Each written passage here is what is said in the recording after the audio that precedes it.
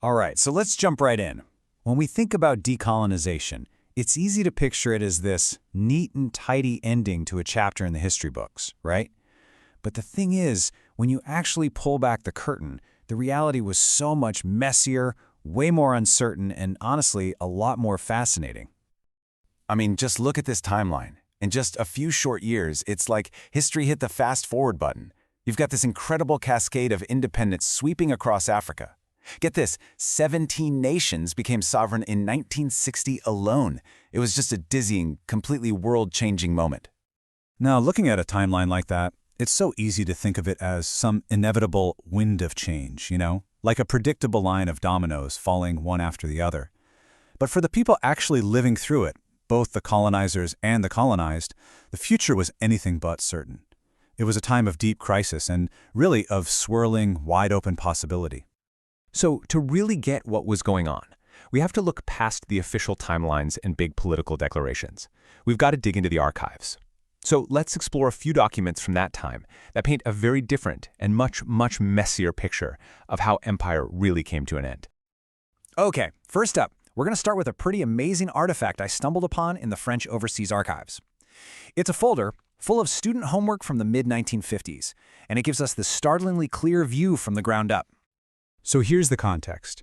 It's part of this big Fraternal Perspectives initiative. The French government sets up this essay contest for students across the empire. There are cash prizes, a trip to France for the winners, the whole shebang.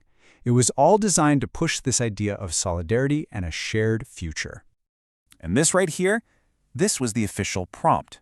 It's painting this picture of a kind, evolving partnership, a grand friendship. It sounds optimistic, maybe a little paternalistic, and it's definitely projecting this idea that the whole colonial project is just going to keep developing peacefully. So the French state asks for all these essays about their grand friendship, but the answers they got back, written far, far away from the prying eyes of colonial officials, well, they told a completely different story. Wow. I mean, just read that. A single devastating sentence from a 15-year-old student in French Equatorial Africa. It just completely cuts through all the official propaganda. It's so raw, so defiant, and it shows you the deep, deep frustration that was just simmering right below the surface. This just brilliantly illustrates that for many, that grand friendship felt a lot more like a leash. So while students on the ground could see the empire with that kind of brutal clarity, the view from the top, from the centers of power in Europe, was totally different. The folks managing the empire, they were basically drowning in confusion, anxiety, and a real crisis of purpose.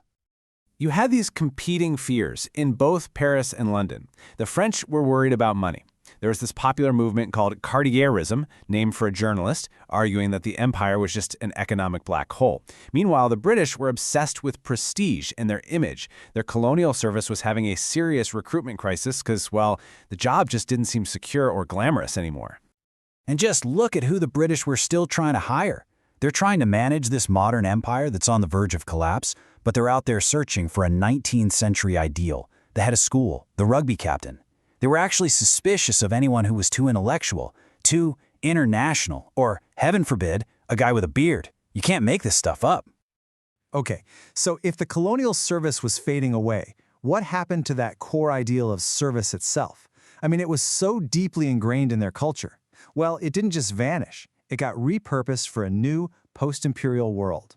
This great rebrand really takes shape in 1958. A former colonial official, a guy named Alec Dixon, founds the Voluntary Service Overseas, or VSO, and his whole goal was to find a new outlet for that same kind of character-building service that the empire had once provided for Britain's youth. And would you look at who they recruited? These descriptions, they're taken straight from the headmaster's testimonials for the very first VSO volunteers. They are almost identical to the ones for the colonial service. This is the crucial point, right?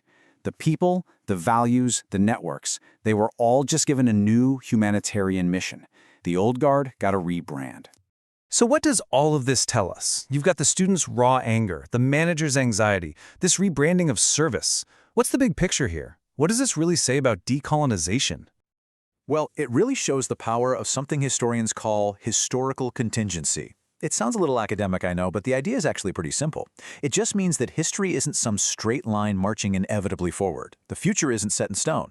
Instead, it's the product of all these specific choices, accidents, and circumstances that could have easily gone another way. The end of empire wasn't some single, predictable wind of change. As one historian puts it, it was a moment just full of expired contingencies.